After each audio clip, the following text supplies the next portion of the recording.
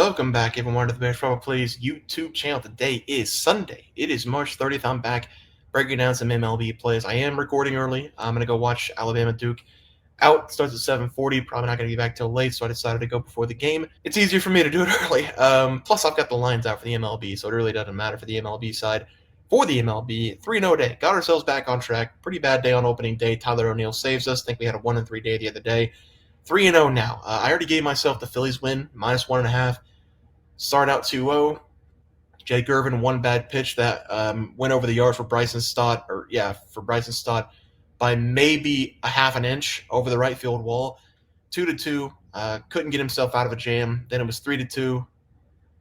We had a Kyle Schwarber home run, made it 7-2. We had Rosario solo shot for the Nats, 7-3. Give me a little hope. But the bullpen, even with Jake Irvin having a decent outing, it doesn't matter. Our bullpen came in again and gave up 6-7 runs. So game's still not over. It's 10-3 in the top of the eighth. There's no way the Nats come back, right? And if they do come back, I'm happy for them. Sucks that I put a win on the board, but I don't think they come back in this one. Positives I can say about the Nationals. Once again, starting pitching looks pretty good. Jake Irvin looked decent. One bad pitch. It really wasn't even a bad pitch. It got unlucky.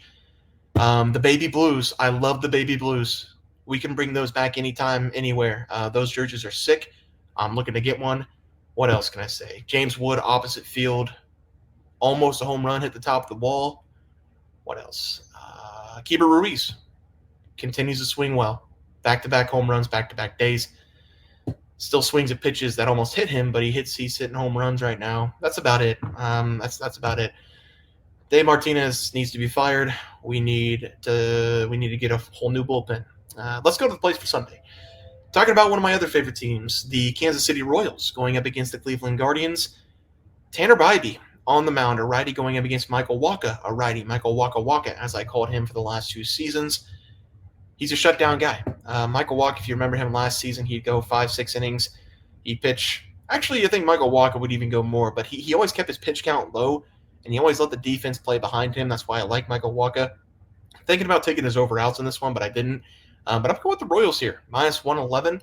Lost opening day. I think it's a tie game right now on Saturday, 3-3. I'm kind of hoping they lose. Even as a Royals fan, I'm kind of hoping they lose because there's no way they get swept on their opening day or opening game series at home for the Royals. Kauffman Stadium will be buzzing. Amazing stadium to go to if you've never been. I'm going to go Royals here, -111. We'll talk about a player prop in that game. I just don't trust Tanner Bybee. I know he's a decent arm. He's going to give up 2 runs in probably 5 innings. But I think Michael Wacha can shut down the Guardians. So I'm going to go -111 for the Royals in that one. For the next play, we're going to look at a disgusting game. Athletics going up against the Mariners.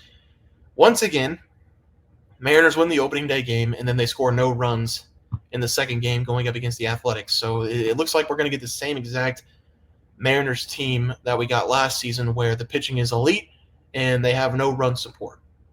Sucks to be a Mariners fan. For the Athletics, the Sacramento Athletics, that is disgusting what they've done to that franchise. It should always be Oakland Athletics. The Sacramento, I don't even want to say it. The Athletics, J.P. Sears on the mound. J.P. Sears at the back end of the season was either give up 6 runs or go a complete game shutout. Brian Wu back on the mound, dealing with a lot of injuries. This is a guy for the Mariners that would go 5 innings, 6 innings, give up 1 run or less almost every single time last year. I think at the first 9 starts last year, he had a .57 ERA. The guy's amazing, and he's young. So I love Brian Wu in this one. I'm going to go under 3.5 first 5. I don't trust the bullpen for either one of these teams. Seattle, obviously, I trust them a little bit more, but I definitely don't trust the Athletics bullpen. J.P. Sears has been good to me last year. I think he's going to be good to me this year again. I like the lefty matchups for the Mariners a lot. Against J.P. Sears, I think he's going to have a lot of swing and misses tomorrow, especially in the first 5 innings. Once he gets the third time around, always dangerous with J.P. Sears. But I think he's going to work quick, and we're going to get some quick outs, and I'm going to go under 3.5 runs for this game in the first 5 innings. Let's go to the player props. This is the best I can do for the graphic.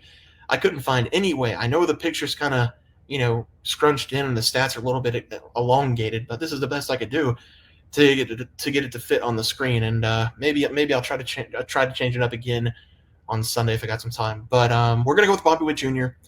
Over 1.5 bags going up against Tanner Bybee. Tanner Bybee's a fastball pitcher. Bobby Witt Jr. last season, I believe, was the 4th best slugger against the fastball besides Aaron Judge, Juan Soto. I want to say Anthony Santander against the Heat. But we're going to go Bobby Witt here over the 1.5 bases against the fastball last year. These are last year's number, 302 batting average, had an expecting batting average of like 374.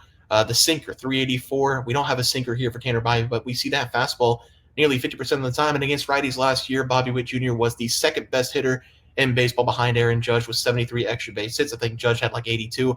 But Bobby Witt was right there, 336 batting average. This is a year Bobby Witt has to pick his game up even more. Talked about his MVP last season.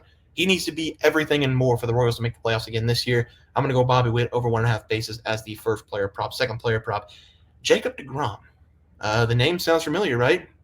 One of the best pitchers the Mets have ever seen. Maybe a little bit too much, but he was one of the better pitchers the Mets have ever seen. Now he's with the Rangers. I think this is year 2 in a row that he's been hurt or hasn't pitched at all. He pitched a little bit last year, got hurt again.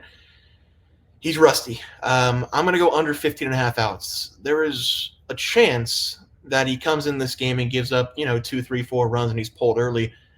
I also think there's a chance that he goes 5 innings, gives up 1 run, and the Rangers just shut him down because they don't want him to get hurt again. He's coming into this game extra rusty.